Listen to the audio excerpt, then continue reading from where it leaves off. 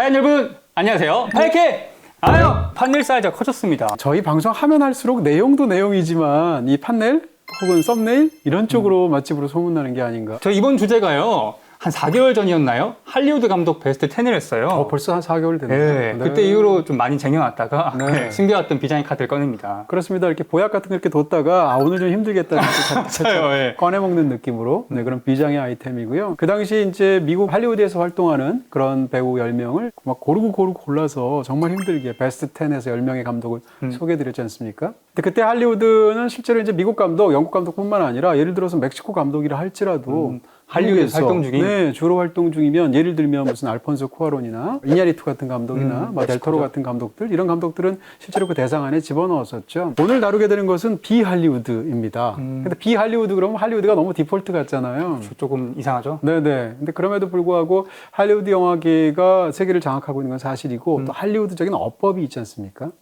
그 바깥에서 어떻게 생각하면 각각의 자국에서 또 다른 어떤 자기만의 방식으로 영화들을 만들어 나가는 비할리우드라고 할 수도 있겠죠. 그런 어떤 뛰어난 감독들이 있고요. 말하자면 일주일 중에 월드 시네마 뭐 이렇게 표현할 수도 있을 것 같은데 그런 감독들 중에서 최고의 감독 현존하는 감독들이 10명을 뽑아서 여러분께 소개해 드리도록 하겠습니다. 맞습니다. 어제 평론가님께서 리스트를 저한테 공유해 주셨잖아요. 보다 보니까 제가 마치 네. 세계를 여행하고 있는 듯한 기분을 랜선으로. 약간 나라별로 안배도 한 것도 사실이고요. 네. 그 다음에 오늘 이제 특별히 이 감독들이 데뷔한 지 30년을 기준으로 끊었어요. 그러니까 예를 들면 이 리스트를 보다 보면 완갑이 없거든요. 미하엘 하네케 같은 감독도 없고 네. 뭐 라스 폰 트리에도 없어요. 그러면 그분들이 없는 이유는 데뷔한 지가 30년이 넘어서 그런 거고요. 제가 이렇게 앞부분에 꼭 얘기해도 영상 안 보고 댓글 다시는 분이 있어요. 맞아요. 완갑이 왜 없나 뭐 이런 식으로 그분이 이제 안 보신 거가 되는 거죠. 어쨌건 30년 이전에 데뷔하신 분들은 제외하고 상대적으로 젊은 그래도 뭐 나이가 많으면 60대 감독들이기도 한데 지난 30년간 데뷔한 감독들 중에서 최고의 감독이라고 생각하는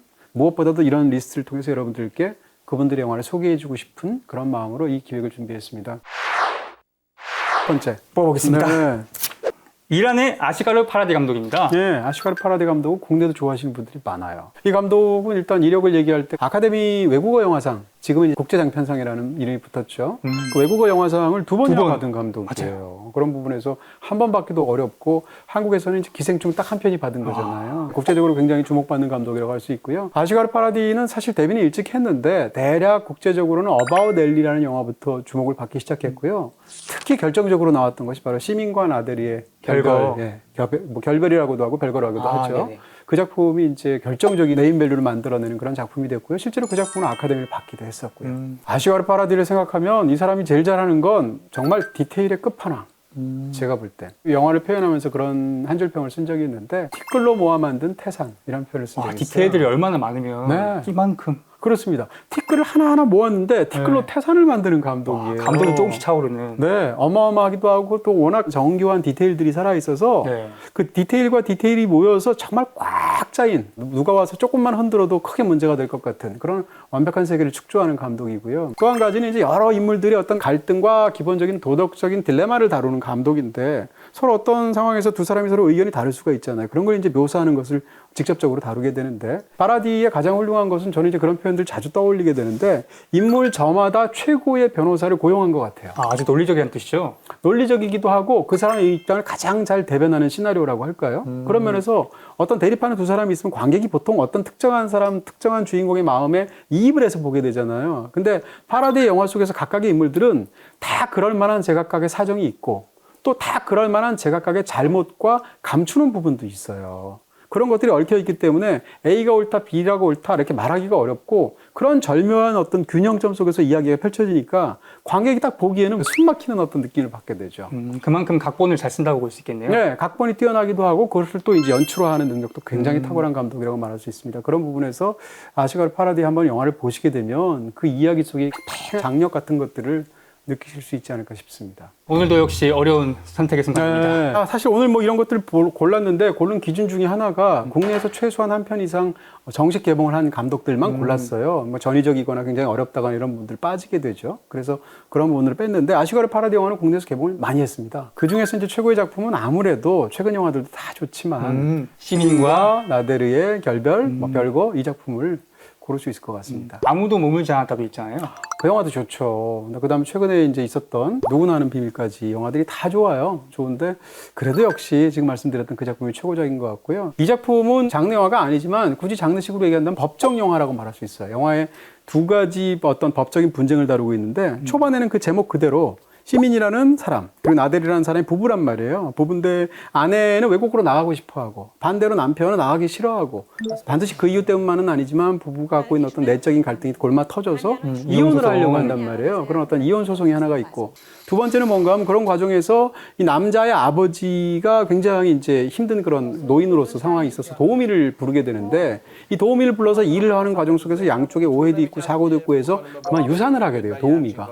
그래서 그것과 관련돼서 누구에게 귀책이 있는지를 따지게 되는 고소를 하죠. 네, 그런 또 분쟁이 있습니다. 이 두 가지 사건들이 있게 되는데 이 두 가지 사건들과 각각의 관련된 사람들을 서로 엮어가면서 정말 이렇게 스토리만 얘기하면 영화 재미없을 것 같잖아요. 그러니까 좀 네. 평범해 보일 수도 있는 이야기인데 근데 한번 영화를 보면 정말 눈을 떼기 어려울 정도로 이야기가 점점 진진해집니다. 그러면서 아슈가르 파라디의 영화를 어떤 재미로, 어떤 매력으로, 어떤 마법으로 보게 되는지를 알 수 있게 만들어주는 굉장히 뛰어난 작품이죠. 자, 두 번째로 넘어가 볼까요? 자, 이번 어디를 또 뽑으실까? 끝에 한번 뽑아볼까요? 네. 야, 독일을 대표하는 네. 크리스티안 페촐트 감독. 독일 영화는 이제 국제 영화사에서 굉장히 큰 족적 같은 게 당연히 있을 거고요. 지난 10수년간의 한정해 본다면 독일 감독을 국제적인 주목을 받았던 또 토니 에드만이라는 굉장히 뛰어난 훌륭한 영화가 있어요. 맞아요. 마레나데라는 감독인데 네. 그 감독하고 또 한 명의 감독이 이제 크리스티안 페촐드일 텐데 이 페촐드 영화가 지난 몇 년간 한국에서 특히 이제 이 다양성 영화를 좋아하시는 분들 사이에서 붐을 일으켰죠. 그 좋아하시는 분들 한국에서도 굉장히 많아진 것 같고요. 연달아게 보였죠. 네네. 이게 최근에 만들어졌던 영화가 워낙 큰 반응을 얻다 보니까 차례로 역수입이 된 거예요, 순서대로. 선순환 효과. 그렇죠. 그렇게 볼 수 있겠죠. 그렇게 해서 많은 분들이 좋아하시는 뭐 피닉스라든지 시작은 트랜짓이란 영화였는데 페촐트가 유명해지게 된 계기가 된 게 바바라라는 작품인데요. 그 작품까지 개봉을 앞두고 있는 것으로 알고 있고 이런 상황에서 단기간 내로 굉장히 많은 영화들이 다 오면서 우리에게 소개가 되고 있는 그런 페촐트 영화들이 굉장히 아름답고요. 사정적이고 그리고 또 다 멜로드라마의 형식을 갖고 있어요. 근데 다른 한편으로는 그 사랑 얘기들이 항상 역사적인 어떤 그 맥락, 역사의식하고 겹쳐져 있다는 게 굉장히 중요해요. 예를 들면 2차 세계대전이라든지 아우슈비츠라든지 독일이 이제 그 2차 세계대전 패전으로 동서독으로 분단됐잖아요. 분단됐을 때의 이야기라든지 아니면 최근에 유럽에서 굉장히 큰 문제로 대두하고 있는 지난 몇 년간 난민 문제라든지 이런 식의 여러 가지 중요한 문제들이 있잖아요. 이것을 이 사랑에 대한 일종의 은유처럼 겹쳐져 있어요, 이 이야기들이. 사랑 영화로 봐도 굉장히 매력적이고 독일 역사에 대한 이 영화가 드러내고 있는 어떤 문제의식으로 봐도 굉장히 흥미로운 이런 양자 측면에서 굉장히 뛰어난 영화들을 만들고 있지 않나 싶은 생각들이 있습니다. 최고작 뽑아주시겠습니다. 네. 페촐드 영화는 다 좋았어요. 정말 다 좋았는데 그중에서 한 편을 굳이 고르라면 저는 피닉스를 고르고 싶습니다. 아, 예. 제가 맞췄네요. 보셨어요? 예. 아, 네. 피닉스일 것 같아서 봤습니다. 아, 그래요? 어떻게 네. 하셨어요? 네. 아, 그냥 이제 좀 평론가님 뭐 1년 동안 이제 짬밥 먹었으니까. 이제 짬밥 1년이면 페촐드의 최고작 정도는 우습게 골라낸다. 네, 사과드리겠습니다. 아니요, 네. 전혀 그만큼 감이 예. 좋아지신 거죠. 페촐드의 피닉스 보고 어떠셨어요? 보셨다니까. 일단 그 스피크 라우라는 노래가 네. 스피클 러브. 스포를 할 수는 없지만 마지막 가사가 뭔가 여운을 남기는 늦었다 이런 얘기인데 불구하고 마지막에 기다린다는 내용이 있잖아요. 그래서 과연 그 뒤로 내용이 어떻게 이어질까 네. 너무 궁금합니다. 어떤 한 영화를 어떻게 끝낼 것인가라는 것은 이제 굉장히 중요한 과제이기도 하고 어떻게 보면 감독이 그 장면만큼은 놓치고 싶지 않은 그런 느낌이 들 텐데 페촐트의 훌륭한 영화를 통틀어서도 가장 인상적인 엔딩이고 그걸 보고 나면 정말 마음속에서 뭔가 이렇게 바람이 스산하게 싹 부는 것 같은 이 영화의 상황이 두 가지인 거예요. 그러니까 이 부인은 유태인이고 남편은 유태인이 아니죠. 그런 네. 상황에서 홀로코스터에 부인만 끌려간 거예요. 그 과정에서 남편이 혹은 아내를 혹시 밀고 한 게 아닌가라는 것이 의심이 되기도 하는데 영화에서는 정확하게 묘사는 되지 않고 그런 상황에서 아우슈비츠에서 기적적으로 생존해서 돌아오게 됩니다. 2차 세계대전이 끝나고.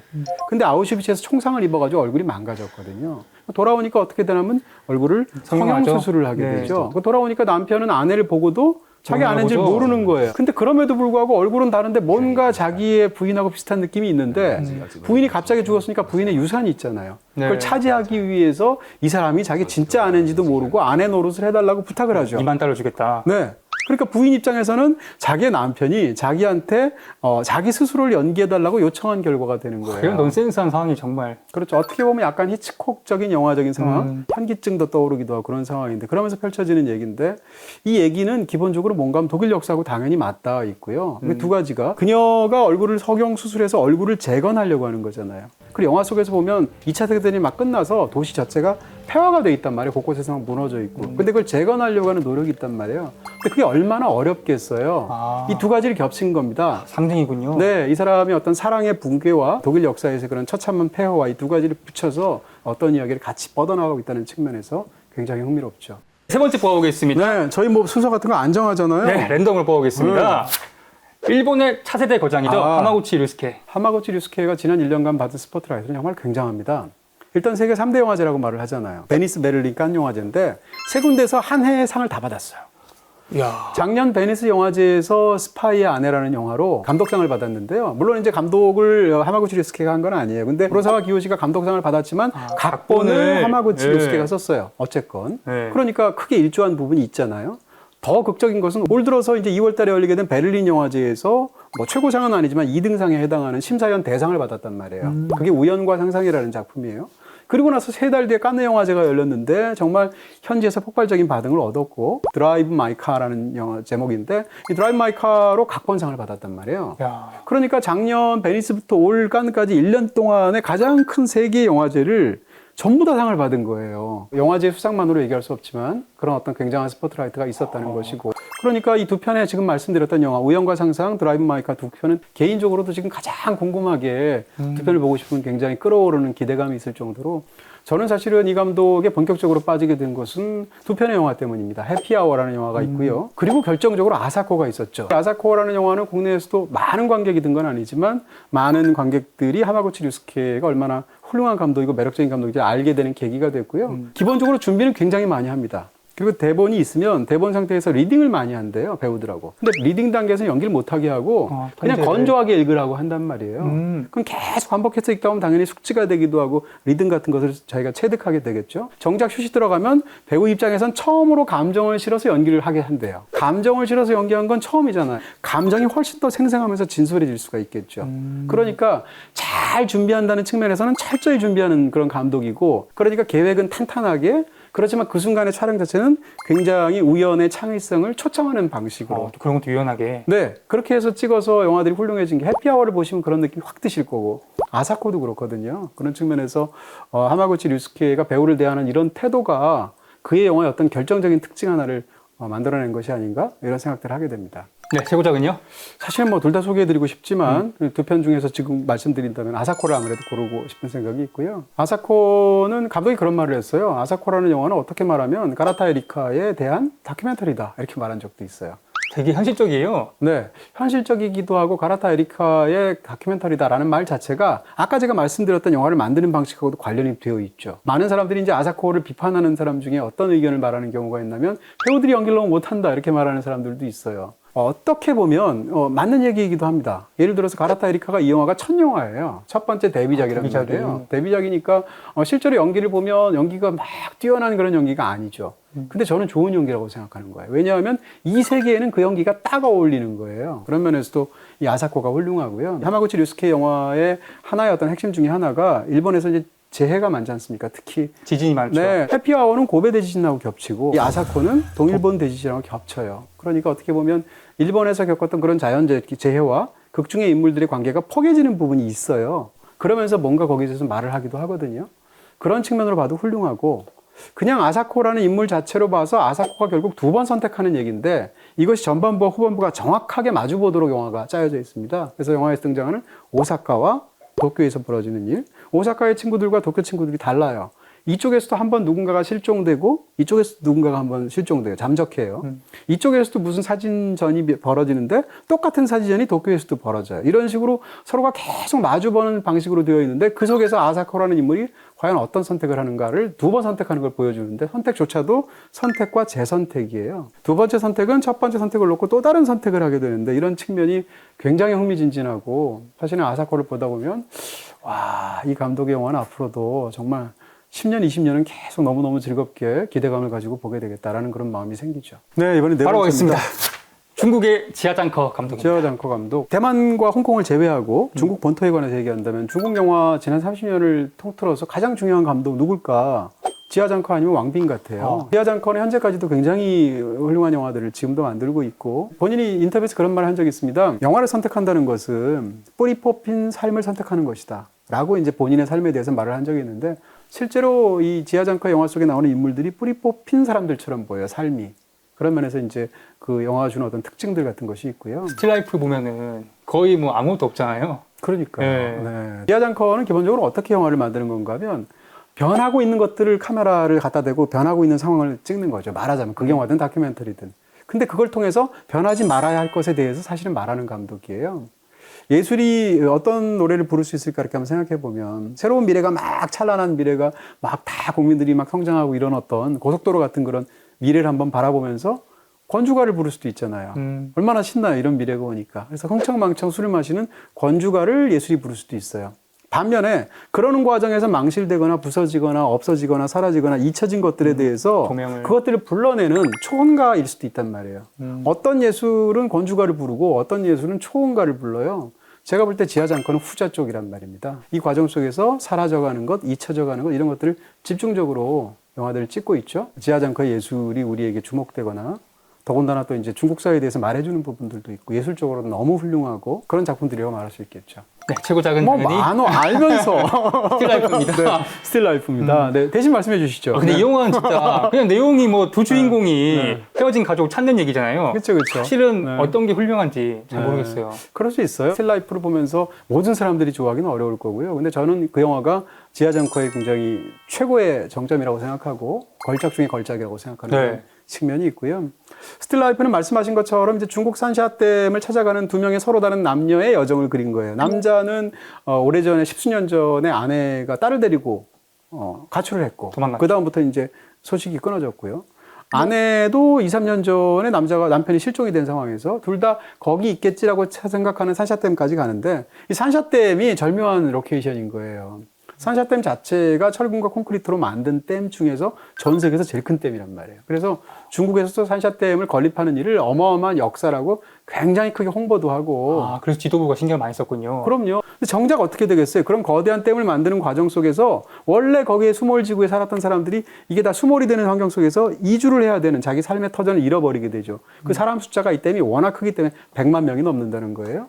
그런 상황 속에서 영화를 보면 이 두 남녀가 각각 그 산샤댐 주변을 갈 때마다 곳곳이 폐허가 있고 심지어는 공사 현장에서 돌이 무너져서 깔려 죽은 사람들까지 나오잖아요. 팔도 잘리고요. 네네. 그런 데서 야 이게 산샤댐이야. 우리 중국이 이런 엄청난 일을 하고 이런 경제 발전으로서 굉장한 일을 했어라는 빚도 있겠지만 그 뒷속에서 뿌리 뽑힌 100만 명의 사람들의 삶이 있잖아요.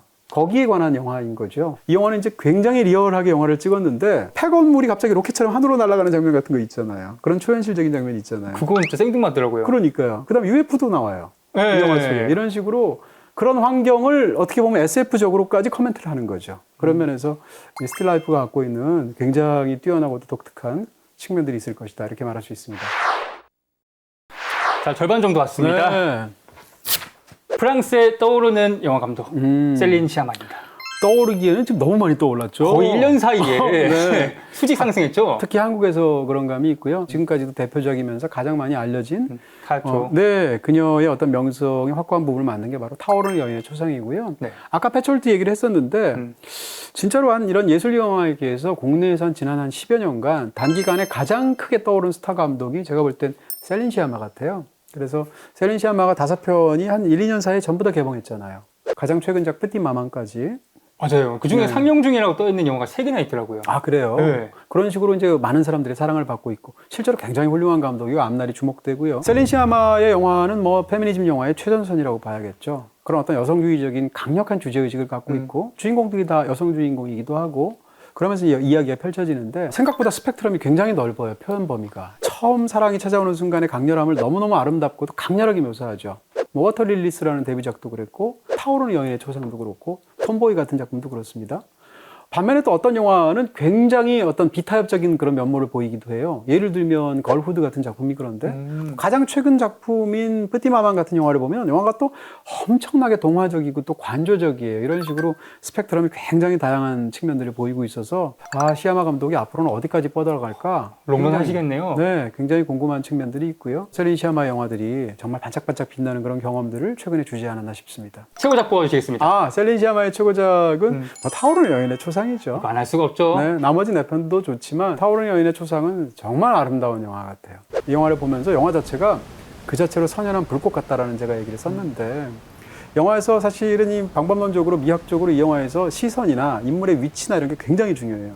누가 누구를 보는가, 누가 누구를 어디서 보는가, 그랬을 때 두 사람의 위치는 어떻게 되어 있는가, 이런 것들이 영화에서 굉장히 중요한데요. 셀린 시아마의 타오르는 여인의 초상은 굉장히 훌륭한 사랑 영화지만 동시에 아주 인상적인 예술가 영화이기도 해서 이 둘의 관계가 이 영화 속에서는 동등한 창작자예요, 사실상. 둘이 합쳐서 그림을 그린다고 말할 수 있고. 엘로이즈도요? 네. 이 두 사람이 그냥 상대방을 그리기 위해서 예술에서 모든 전권을 행사하는 화가가 있고 그에게 있어서 대상화되어서 저기서 우두커니 앉아있는 모델이 있는 게 아니라 사실상 모델과 화가의 코워크로 함께 있는 협업으로 그 작품이 만들어지는 것처럼 영화가 묘사를 하죠. 실제로 그런 면이 있을 거고요. 예술가를 바라보는 시각이 다르고 더군다나 예술가와 모델의 관계를 그릴 때 보통 예술가는 남자였고 모델은 여자였단 말이에요. 전통적으로. 이런 데서 그리는 어떤 방향에서. 근데 두 사람 다 서로 사랑하는 두 명의 여성이잖아요. 이런 레즈비언인 두 사람의 사랑을 통해서 이런 예술가에 관한 영화를 만들기도 하고 혹은 지금 말씀드렸던 어떤 사랑에 관한 굉장히 선연한 순간을 만들기도 하고 그러면서 페미니즘 영화로서 굉장히 강렬한 주제의식을 전달하는 영화가 되기도 해요. 이런 측면에서 셀린 시아마의 타오르는 여인의 초상은 20년, 30년이 지나도 이 분야의 고전으로 계속 얘기되는 작품이 아닐까 싶습니다. 거의 10일 남짓한 시간 동안밖에 같이 안 있는데 그 사랑이 얼마나 순수하고 자연스러운지. 연인들의 경우에 고립된 공간에 두 사람이 딱 있다? 그럼 그 자체가 막 파라다이스가 되는 경우가 있잖아요. 지상에 방 한 칸, 어디에 완전히 세상으로부터 고립된 작은 섬인데 그 섬에서의 두 사람의 어떤 버려진 어떤 섬 같은 공간에서 이 두 사람은 그들만의 어떤 파라다이스를 만드는 거잖아요. 오히려 반대로. 어떻게 보면 그런 제한된 공간적인 환경이 두 사람의 사랑을 불타오르게 만드는 가연제 역할을 하는 거예요. 그런 걸 너무 잘 보여주는 영화가 아닐까 싶으네요. 말이 필요 없는 고레다 히로카즈 감독. 생략해야 되지 않나요? 갑자기 이렇게 막 신선하게 나가다가 고레다 히로카즈에 대한 제 사랑은 제가 지금 여태까지 말한 그 러닝타임만 쫙 붙이면 한 27시간 얘기한 것 같아요. 이 시간에 그냥 덧붙이고 싶은 얘기는 가족영화 하면 고레다 히로카즈라는 어떤 등식이 성립하게 된 게 무려 8번째 영화쯤 와서 생긴 일이에요. 진짜로 일어날지도 몰라 기적이고 그렇게 아버지가 된다. 뭐 이런 영화들이 나오고 그러면서 이제 1년의 가족영화들이 나와서 그런 이미지가 심어졌는데 사실 초기의 영화들은 한동안 이 고레다 히로카즈 감독은 가족영화를 만들지 않았어요. 그런 부분에서 가족영화라는 테두리 속에만 고레다 히로카즈를 보는 것은 저 같은 팬의 입장에서 평론가 입장에서 굉장히 억울하다. 고레다 히로카즈 영화는 생각보다 스펙트럼이 굉장히 다양합니다. 가족영화로 자리매기되는 최근조차도 바로 얼마 전에 파비안네에 관한 진실 바로 직전에 만든 영화가 세 번째 살인인데 그 영화는 모르고 보면 고레다 히로카즈 영화를 안 보일 거예요. 그런 식으로 사실은 굉장히 독특한 영화들, 공기인형 같은 영화를 보세요. 그걸 고레다 히로카즈 영화로 생각 못 하신단 말이에요. 이런 식으로 굉장히 다양한 스펙트럼이 있다는 걸 말하고 싶고요. 특히 초기에 한 5번째, 6번째 영화까지는 모든 영화를 찍은 방법론이 다 다릅니다. 그런 감독도 진짜 드물거든요. 그 정도로 왕성하게 자기의 어떤 한계, 자기의 어떤 그런 예술의 어떤 방법론 같은 것을 끊임없이 테스트했던 감독이고요.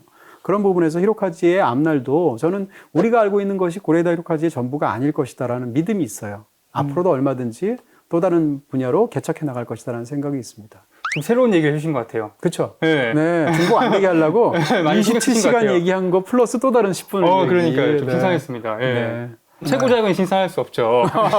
뭔데요? 자, 다들 아시죠? 하나, 둘, 셋. 운명처럼 다가온 영화죠. 원더풀 라이프. 네, 원더풀 라이프입니다. 근데 원더풀 라이프를 얘기하는 건 재미없을 거예요. 왜냐하면 제가 너무 많이 얘기해서 원더풀 라이프라는 영화는 저는 그런 생각도 해요. 제가 영화를 너무 좋아하다 보니까 과연 이 영화가 진짜로 물론 일단 훌륭한데 걸작인데 정말로 걸작 중에 걸작이어서 내가 이렇게 좋아하는 걸까? 아니면 제 삶의 어떤 특정한 순간에 정말로 이 광희처럼 콱 저를 사실 그게 구분이 안 될 정도로 이 영화를 제가 너무 사랑하게 돼서 원더풀 라이프는 정말 잊을 수 없는 그런 저한테는 큰 의미가 있는 그런 작품이기도 합니다. 그리스의 요르고스 란티모스 감독입니다. 예술영화계의 스타 중에 스타라고 할 수 있겠죠. 요르고스 란티모스인데 국내에서도 이제는 팬들도 많고 또 란티모스 영화를 싫어하는 사람도 많아요. 요르고스 란티모스 영화는 호가 확연하게 갈립니다. 뭔가 요상하고 기이하고. 예. 제가 사실은 이제 요르고스 란티모스의 킬링 디어가 칸네 영화제에 출품됐을 때 그 뒷얘기도 들었거든요. 심사 과정에서. 네. 심사 과정에서도 굉장했대요. 이 영화에 대한 어떤 그 찬반의 경론이 그럴 정도로 전문가분들도요. 네, 전문가 분들도 그렇고 란티모스를 격렬하게 비난하는 국내 평론가들도 많아요. 그런 부분에서 평가가 다르다라는 걸 먼저 전제하고 싶고요. 요르고스 란티모스 영화는 보고 나면 불쾌합니다. 예술이라는 것이 꼭 마음 아픈 사람들에게 어루만져주거나 위로를 주고 희망을 줘야만 되는 건 아니잖아요. 어떻게 본다면 예술은 우리가 뻔히 보고 익숙하게 본 것을 뒤집어 놓거나 달리 만들어서 불편하게 만드는 데서 그 예술이 제대로 기능하는 예술 영화들도 굉장히 많단 말이에요. 예술 자체가 속성이 그런 측면이 있고요. 비교하고 싶은 사람이 라스 폰 트리에인데 훨씬 더 이제 거장이고 더 옛날 사람인 거죠. 라스 폰 트리에도 영화를 보면 기분 나쁜 사람 많잖아요. 라스 폰 트리에의 불쾌함 속에는 제가 볼 때는 자기연민도 있고요. 감상주의도 있어요. 그게 라스 폰 트리에 영화를 더 특별하게 만들기도 하는데 요르고스 란티모스는 정말 철저하게 냉혈한인 것 같고 이 속에는 자기연민도 별로 없는 것 같고 정말로 불쾌함의 어떤 감상적인 측면도 없어요. 제가 볼 땐 라스 폰 트리에는 좀 걱정되는 사람이거든요. 제 입장에서. 근데 요르고스 란티모스는 전혀 걱정이 안 돼요. 강철심장. 네, 요르고스 란티모스의 세계 속에서 자기만의 세계를 만들어내고 그 세계는 굉장히 이상한 세계예요. 그 세계만이 작동하는 어떤 규칙들이 있어요. 예를 들면 송곳니 같은 영화를 보시게 되면 그 속에서 저택에서 아버지만 밖에 나갈 수 있어. 자식들은 밖에 못 나가. 그 규율이 이제 작동하는 그런 세계고 랍스터 같은 영화를 보게 되면 호텔 안에서 45일 동안 매치메이킹 커플을 못 만들면 두 사람은 동물이 돼. 왜 그래야 하는지 잘 모르겠지만. 그렇죠. 왜 그래야 되는 거야? 왜 45일이야? 알 네. 수가 없단 말이야. 킬링 디어도 마찬가지잖아요. 이런 식의 그 안에서의 규칙이 있는데 중요한 것은 이 규칙이 얼마나 터무니없는가 혹은 이 규칙이 어떻게 만들어졌는가는 하나도 안 중요하고 그런 이상한 규칙이 작동하는 세계를 통해서 인간의 근원적인 어떤 부분들을 끊임없이 캐들어가고 그걸 뒤집어서 보여주는 거죠. 방법론적인 방법을 더군다나 이렇게 재밌는 영화를 만든다는 측면에서 요르고스 란티모스의 그 명성은 저는 허명은 아닐 것이다 이렇게 생각하고 있는 입장입니다. 요르고스 란티모스의 최고작은 저는 킬링 디어라고 생각해요. 킬링 디어 첫 장면 보고 뺄 뻔했어요. 그 진짜 수술인 거 아시죠? 네. 아 진짜 장면. 네네네. 실제로 양해를 받아서 심장 수술을 했을 때 개복 장면이에요. 그렇게 해서 사실은 그 실제로 이렇게 뛰는 심장을 보여주는데 그때 그 심장을 볼 때 우리의 느낌은 물론 이런 마음도 있지만 어떻게 보면 그 살아있기 위해서 격렬하게 숨가쁘게 뛰는 어떤 그런 심장을 보여주기도 하잖아요. 그리고 난 수술이 끝나면 그 장갑을 쓰레기통에 버리는 것으로 아마 영화가 시작되는데 이 영화를 뭐 지금 철저하게 다 해설하기는 어렵겠죠. 왜냐하면 저는 이 영화에 대해서 할 얘기가 너무 많으니까 아주 간단하게 얘기하면 자기 스스로의 어떤 신적인 힘, 신적인 지위에 도취해 되었던 한 남자가 일련의 과정을 거쳐서 자기가 가장 그 비참한 선택을 할 수밖에 없고 그 선택 결과로 나아지지도 않고 심지어는 전락하게 되는 그런 어떤 인간의 바닥의 상태를 경험하게 되는 것을 받아들이는 이야기예요. 신이 인간한테 뭐 참교육을 내렸다 이렇게 볼 수 있을까요? 어떻게 보면 그렇게 볼 수도 있어요. 극 중에 등장하는 이제 메리 키어건의 모습을 신에 비유하는 사람들도 실제로 있고 영화가 실제로 굉장히 신화적인 어떤 그런 어법들을 사용하고 이 영화의 제목 자체가 그리스 신화에서 오기도 했어요. 그렇게 단일하게 해석하는 것이 정답이다라고 말할 수 없을 정도의 어떤 굉장히 풍부한 그런 텍스트로서 이 영화가 기능하는 측면이 있고요. 너무너무 흥미롭게 느껴지기도 몰입은 또 하고. 잘 돼요. 네. 그러면서 사실은 우리가 보통 어떤 선택을 하면 선택은 더 나은 과정인 것처럼 보이는데 여기서의 선택은 전혀 그런 게 아니거든요. 그런 면에서 본다면 정말 기이한 이야기다. 진짜 훌륭한 영화다. 독창적인 영화다. 요르고스 란티모스밖에 만들 수 없는 영화다라는 생각이 들죠.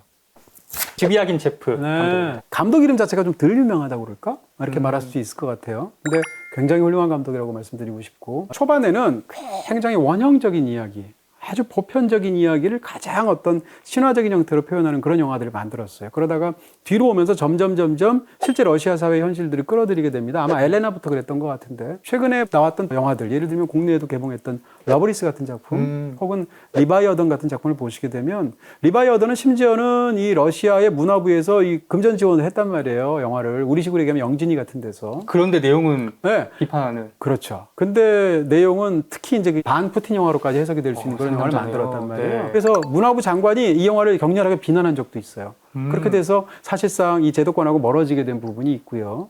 그러면서 이제 러브리스 같은 경우에는 전혀 도움받지 않고 본인이 만들었는데 역시 러브리스도 훌륭하죠. 이런 식으로 최근에 지비아 긴체프의 영화를 본다면 이런 러시아 사회에 대한 굉장히 비판적인 함의 같은 것도 적극적으로 담아내고 있어요. 지비아 긴체프는 자기 인터뷰에서 자기는 사실 낙관론자고 희망을 믿는 존재다 이렇게 말을 하지만 그 사람 영화를 보면 차갑게 이를 데가 없고 그러니까요. 마지막 문 하나까지도 닫아 걸고 문 걸고 희망은 아예 없을 것 같은 그런 상황 속에서 네. 그렇게 영화들이 끝난다는 측면에서 또 다른 어떤 그런 어떻게 생각하면 더 견딜 수가 없을 수도 있죠. 왜냐하면 더 리얼해 보이니까. 최고작은 국내에서 개봉을 안 한 것 같습니다. 네, 근데 데뷔작. 리턴이라는 작품입니다. 굉장히 훌륭한 작품이고요. 데뷔작으로 황금 사자상을 받았을 정도니까 큰 스포트라이트를 받았겠죠. 리턴이라는 영화는 시작부터 아주 우리를 압도하는데 어떤 소년이 바닷가에 이제 만들어 놓은 허름한 다이빙대에 친구들하고 올라가 있는데 다이빙대에서 사람들이 막 신나게 약간 동네 형들이 뛰어내리는데 자기 너무 무서운 거야. 그러니까 못 뛰어내리는 거죠.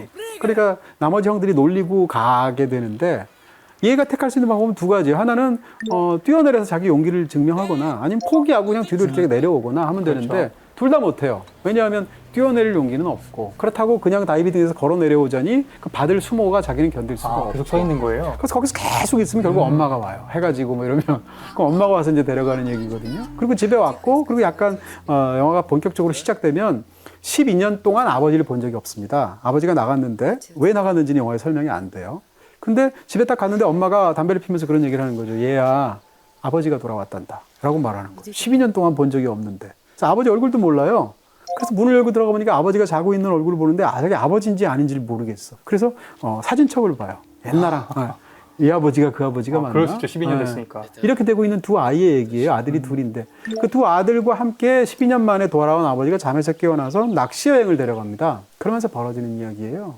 아버지가 중간에 전화도 계속 하는데 누구한테 대체 오는지도 모르고 아버지가 결국은 이 낚시 여행을 통해서 어떤 데 가서 어떤 상자를 끄집어내서 거기서 뭔가를 가져오려고 하는 건데 그 상자 안에 뭐가 있는지도 알 수가 없겠고 이런 상황에서 장남은 아버지 편을 들어서 아버지의 좀 더 순종적이고 복종적인 태도를 취하고 차남은 거기에 대해서 굉장히 반항적인 마음을 갖고 있어요. 그러니까 형제 간에도 사이가 멀어지게 되는 그런 기이한 아버지와 두 아들 사이에 일주일간의 여행 그것을 다룬 작품입니다. 뒷부분의 어떤 엔딩도 굉장히 흥미롭고요.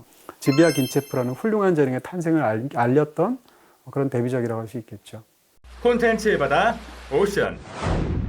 2개 남았어요. 네네. 예. 아르헨티나의 루크레시아 마르텔입니다. 네, 루크레시아 마르텔이 남미 영화에서 갖고 있는 압도적인 어떤 위치가 있을 텐데 그 위치에 비해서는 한국에 좀 덜 알려진 게 사실이에요. 이 사람은 지난 20여 년 정도의 감독 생활을 하면서 사실 영화를 4편밖에 안 만들었어요. 자마 이외에 영화가 없어요. 네, 그러니까 굉장히 과작이죠. 말씀해 주신 것처럼. 아르헨티나는 인종적인 구성이 굉장히 복잡하잖아요. 그리고 이제 스페인 쪽의 후손들인 백인들도 있고 그 사람들이 주로 상층부를 이루고 있죠.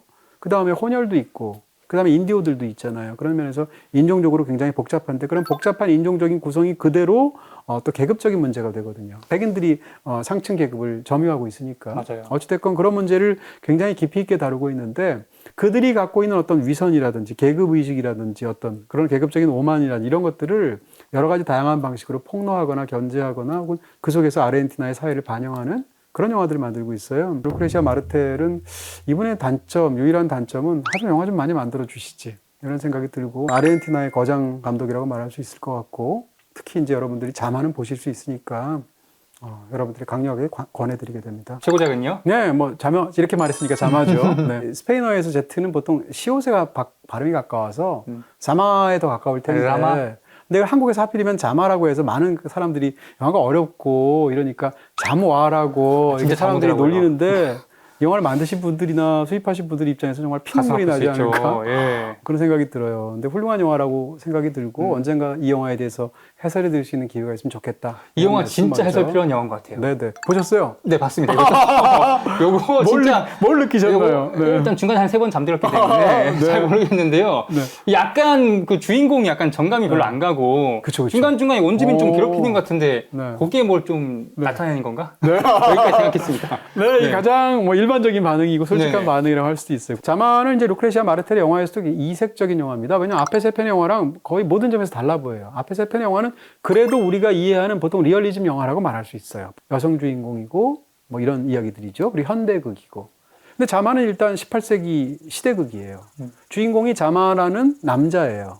그 다음에 그리는 화법 자체가 리얼리즘이라고 볼 수가 없는 굉장히 독특하면서도 파편적인 어떤 그런 화법들을 갖고 있어서 거기가 어딘지도 잘 모르겠어요. 그렇죠. 스토리도 잘 파악이 안 될걸요. 뭐 그런 면에서 촬영 방식이나 사운드를 쓰는 방식이나 보통 사운드는 이미지를 긍정하는 방식으로 만든단 말이에요. 그게 사운드든 아니면 음악이든. 근데 이 영화에서의 사운드는 이미지랑 충돌하는 방식으로 계속 사용을 해요. 예를 들면 이런 방식을 쓰는 건데 그런 부분에서 배우가 연기하는 방식이든 그다음 뭐 촬영하는 방식이든 혹은 편집하는 방식이든 지금 말씀드렸듯이 사운드와 이미지를 배치하는 방식이든 모든 면에서 굉장히 파격적인 방식을 쓰고 있는데 이런 방식이 괜히 영화를 어렵게 만들거나 폼을 잡으려거나 이런 건 당연히 아니고요.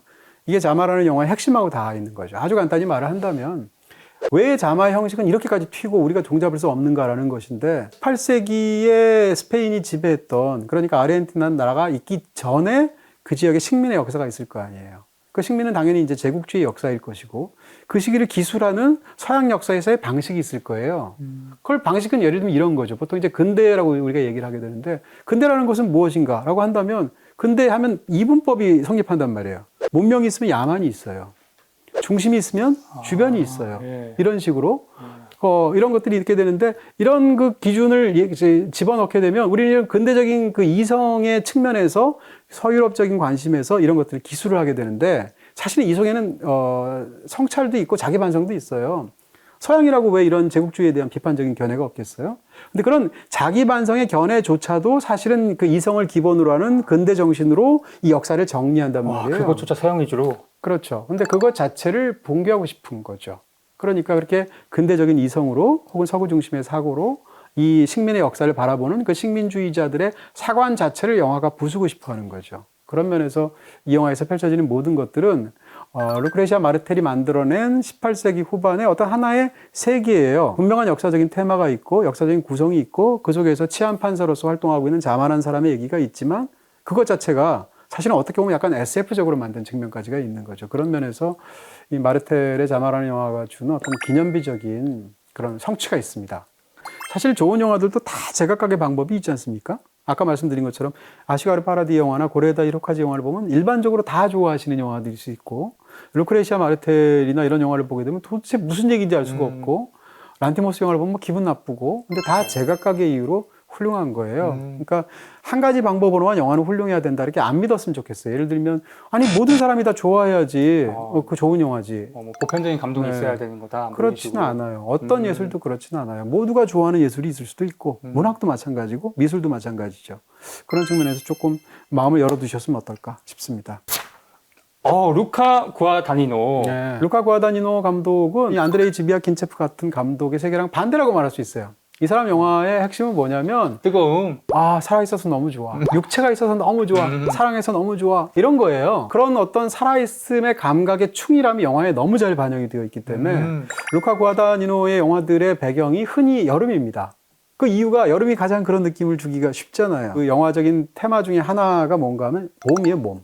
육체. 인간의 육체거든. 근데 육체를 대하는 어떤 예술의 시선은 반대일 수도 있잖아요. 예를 들면 다 부질없어. 이런 걸 수도 있잖아요. 허무주의적인 태도가 있을 수도 있잖아요. 네. 근데 그렇지 않습니다. 그 반대편에서 육체를 가진다는 게 얼마나 인간에게 황홀한 것인가. 설사 그것이 비참한 결말로 끝난다 할지라도 I have love입니다.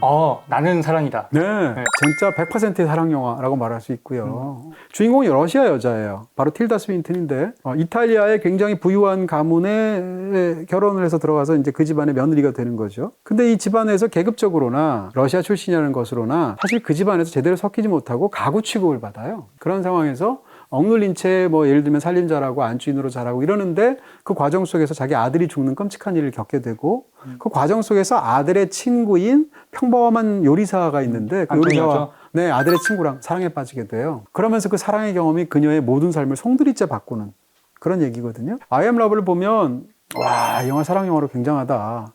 거의 모든 쇼트나 씬이 막 살아 숨쉬는 세포 같다 이런 느낌이 막 든단 말이에요. 사랑 영화를 볼 때 이런 설정 많잖아요. 평생 이러이러하게 살아왔는데 누군가를 만나고 나부터 송두리째 바뀌는 삶 이런 거 많잖아요. 근데 이런 영화들이 대부분 송두리째 바뀌는 삶이 설정으로만 들어가요. 그래서 이전까지 수많은 일들이 있었는데 이 주인공이 바뀐다 이러고 보여준단 말이에요. 그렇지 않고 어떤 일이 다가와서 자기가 평생에 살아온 태도를 바꿀 정도로 결정적인 사랑이 찾아왔다면 이 사랑은 이 사람이 평생 자기가 축적해 놓았던 그 수많은 관습과 에너지와 사는 방식과 이것을 송두리째 엎을 만큼 강력한 힘이 있어야 되잖아요. 근데 그걸 못 보여주거든요. 대부분의 영화는. 그냥 가정만 하거든요.